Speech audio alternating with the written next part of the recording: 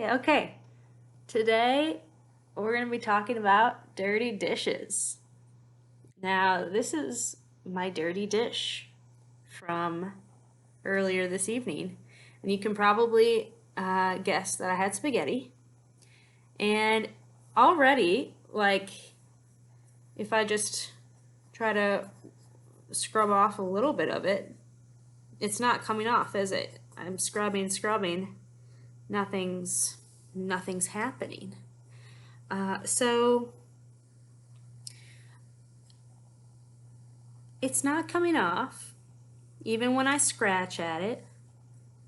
What do you normally do when you have a dirty dish that you can't get stuff off? Well, what I like to do, I like to soak my dish. I put water all the way to the top and just let it sit for an hour or however long. It doesn't have to be a ton of time, but the longer that you let it sit, you notice something. And we're going to come back after it's soaked, and I'm going to show you what it's like with this dish. Okay, it's been an hour, and look, this dish has just been soaking, and already it looks 10 times better. And when you rub a little sponge on it, it's going to take off really any dirt left over, right?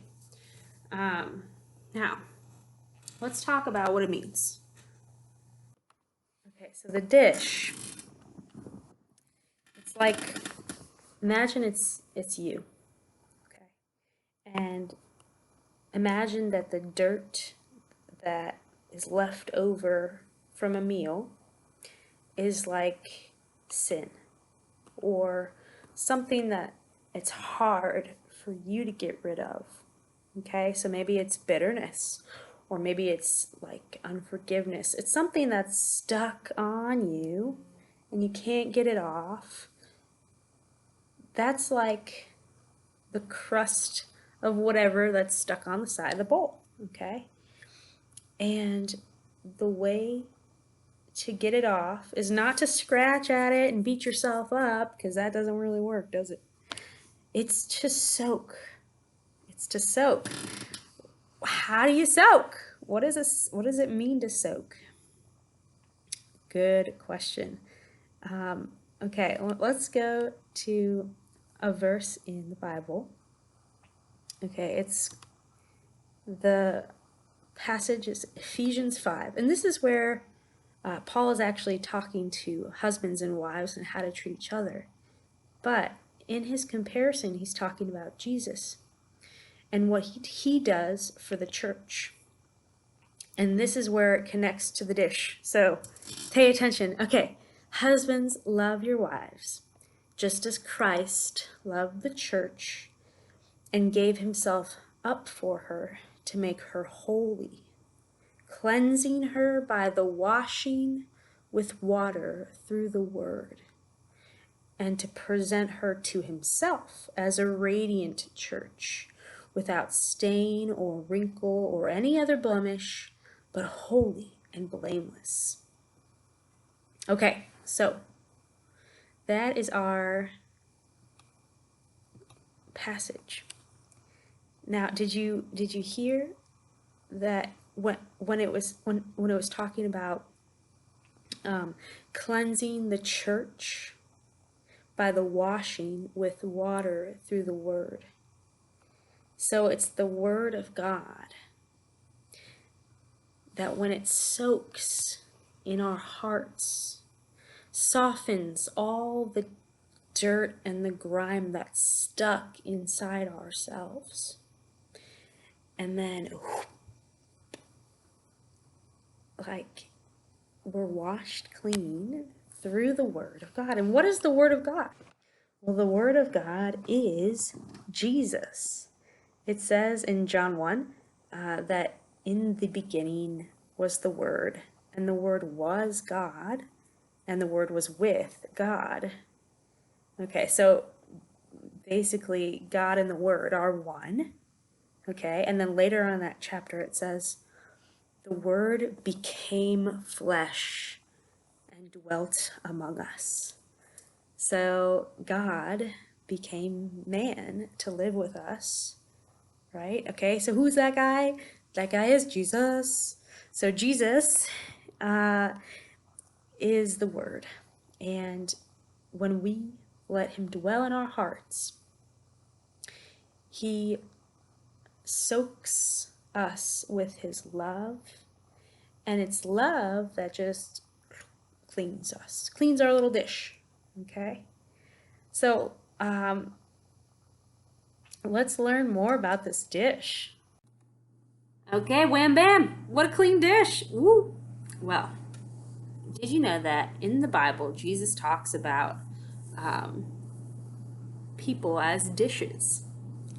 Yeah, he actually is actually like yelling at these guys, maybe ladies too, I don't know. But he says to this group of people called Pharisees, he says, "You blind guides, you strain out a gnat but swallow a camel. Woe to you, scribes and Pharisees, you hypocrites! You clean the outside of the cup or dish, but inside you're full of greed and self-indulgence. Blind Pharisee, first clean out the inside of the cup or the dish so that the outside can become clean as well." Okay, so what does that mean? Well, if, say I had this bowl and I licked the outside of the bowl and I gave it to you, you could still put your cereal inside the bowl and eat your cereal, and you'd be like, it was kind of weird that you licked the outside of the bowl, but I can still eat my cereal, right? But if I licked the inside of the bowl and then I gave you this bowl, you wouldn't want to eat cereal from this bowl, right? So it's not really what's on the outside that matters. It's what's on the inside that matters. This being clean makes you clean. What's on the outside does not affect the cleanliness of the bowl. But a lot of times we think it's backwards. We're really concerned with washing our hands and making sure we have good hygiene and looking proper on the outside. And those things are not bad, you know. It's nice to have a clean shower and that kind of thing. Still take your shower. But the more important cleanliness is on the inside. That's what Jesus was talking about. And it's really like you don't really want to use a bowl until it's clean, you know?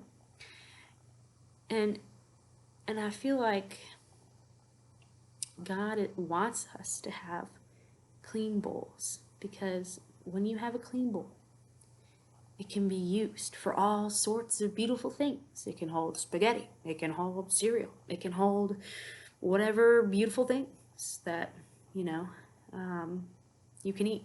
Like it can hold M&Ms. Hey, that's exciting. But when it's dirty, it's like it can be, you know, you could repurpose it. You could repurpose the bowl to hold like a potted plant or something, but it's not able to fulfill its design function. So here's the invitation. It's like to clean your bowl, right?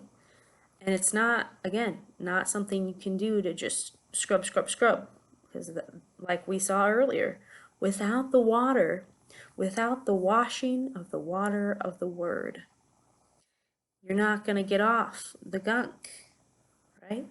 So if you want a clean bowl because you want the good soup or spaghetti or M&Ms to fill your bowl, then invite the water into your bowl.